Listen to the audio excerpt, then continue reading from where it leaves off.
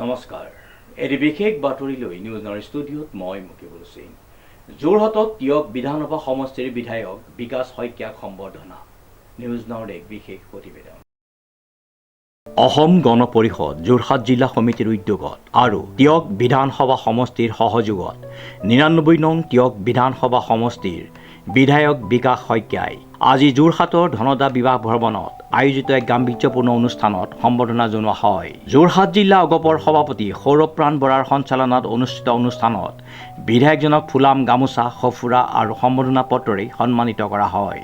অনুষ্ঠানত টিয়ক সমষ্টিৰ বিভিন্ন পঞ্চায়তৰ বিষয়ববীয়া আৰু ব্যক্তিসকলেও সম্বৰ্ধনা জ্ঞাপন কৰে। জিলাৰ সম্পাদক গৌতম দলে আটধৰা আৰু দীপেন বৰগোহাঁয়ে উদ্দেশ্য ব্যাখ্যা কৰা সম্বৰ্ধনা অনুষ্ঠানত প্ৰাক্তন বিধায়ক ভৱেন্দ্ৰনাথ ভৰালীৰ লগতে অগপৰ কৃষক পৰিষদ যুৱ পৰিষদ মহিলা পৰিষদৰ বিষয়ববীয়া আৰু বহু সংখ্যক ৰাইজ উপস্থিত থাকে। আনন্দৰ বিষয় যে 2016 চনৰ পৰা যেতিয়াই আমাৰ অসম গণ পৰিষদ ভাৰতীয় জনতা পাৰ্টি গণশক্তি আদি কৰি অসমৰ যিখিনি সৰু সৰু আঞ্চলিক ৰাজনৈতিক দল এই ৰাজনৈতিক দলখিনিৰ লগত আমি NDA হিচাপে নিৰ্বাচনত অৱতীৰ্ণ হ'লোঁ। 15 বছৰ কংগ্ৰেছৰ এই মানে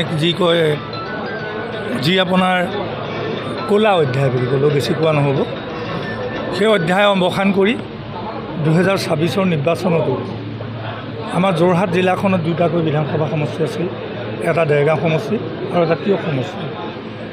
সমষ্টি পূৰ্ণ নিৰ্ধাৰণ কৰাৰ পাছত আমাৰ মাত্ৰ জিলাখনত মাত্ৰ এটা সমষ্টি থাকিল।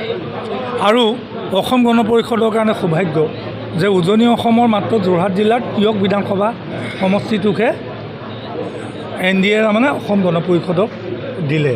আৰু সেই সমষ্টিটোক আমি অসম গণ পৰিষদ দলৰ নিম্ন পৰ্যায়ৰ পৰা উচ্চ নেতৃত্বলৈকে বা অসমৰ জনসাধাৰণে বা টিয়ক বিধানসভা সমষ্টিৰ সাধাৰণ ভোটাৰসকলে আমাৰ বিধায়ক প্ৰাৰ্থী বিকাশ শইকীয়া ডাঙৰক বিপুল ভোটত জয়লাভ কৰালে। প্ৰথম আৰম্ভণিহে কনচেপচুৱেল হৈছিল, এতিয়া পাৰ্মানেণ্ট হ'ল, ৰেগুলাৰ হ'ল। এই ৰেগুলাৰ হোৱা সময়তে তেখেতক পিছত ভগৱানৰ ওচৰত কিবা প্ৰাৰ্থনা জনাইছোঁ যাতে তেখেতৰ কাৰ্যকালত 99 নং টিয়ক বিধানসভা সমষ্টিৰ জনগণে যাতে ক'ব নোৱাৰে এজন গাঁওবুঢ়া বিধায়ক বুলি যাতে কোনেও দুখ কৰিব। যোৰহাটৰ পৰা প্ৰশান্ত গাইনৰ ৰিপৰ্ট নিউজ নাও 24/7।